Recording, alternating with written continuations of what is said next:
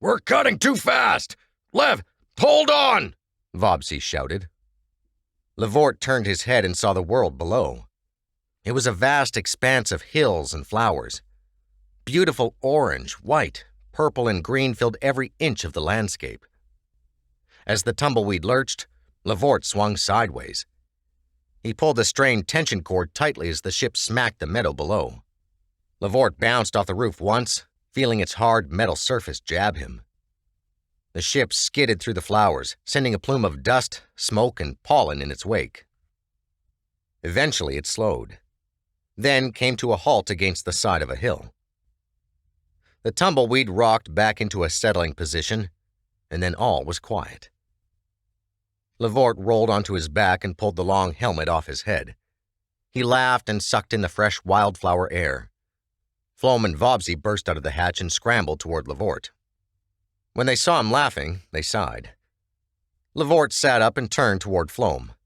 "That ball of sludge you launched at the EMU, that wasn't—" Vobsy rubbed the back of his neck and mumbled, "Sort of wish you hadn't seen that." Flom smiled. Can't have a good garden without fertilizer. And Vobsy makes the best stuff." In the last chapter, I began with the tight conceptual connection between blameworthiness and blame, and, parallelly, praiseworthiness and praise. Blame is that which the blameworthy are worthy of. My aim in that chapter was to better understand the relata, deferring treatment of the relation itself until later. It's now time to take up that task. I argue that a natural candidate for the worthiness relation is desert. Drawing on some familiar themes from the literature on fitting attitudes, I suggest that we understand the desert in question in terms of a kind of fittingness, wherein blame and praise fit the blameworthy and praiseworthy respectively, by being accurate in their appraisals. I then argue that this relation is non-trivial. When the basic responsibility relation holds, we merit the evaluative responses, basic blame and basic praise. We do in light of our evaluative properties, basic blameworthiness and praiseworthiness, which we have in virtue of the basic responsibility relation. Before long, we were through the portal and passing by the little lake where Tosh and I'd first met. I smiled at the memory. Tosh must have remembered too. She pointed at the water as we passed and looked over at me. "Look, Ash, it's place where I save you from water siren, and you are giving Tosh splishy splashy show. You are remembering?" Grom's eyebrows went up and V started to smirk. I could feel her amusement radiating through the bond.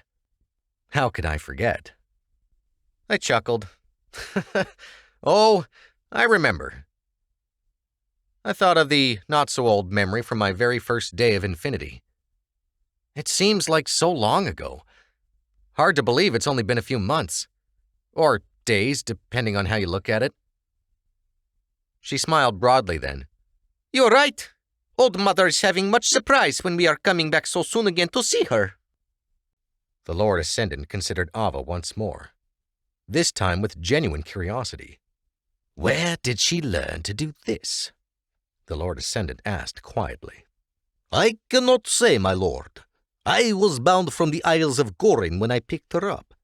At the time, she was only asking for passage to Hasbal. I warned her the city was no place for a young woman, but she was insistent. It was only a week later when my men overheard her talking about reconnecting with the Shields of Valor, and it was then I knew I had to contact your men. And Almighty has it, she is the one you were looking for. One does not turn away from Lady Luck. No, they do not. So here she is."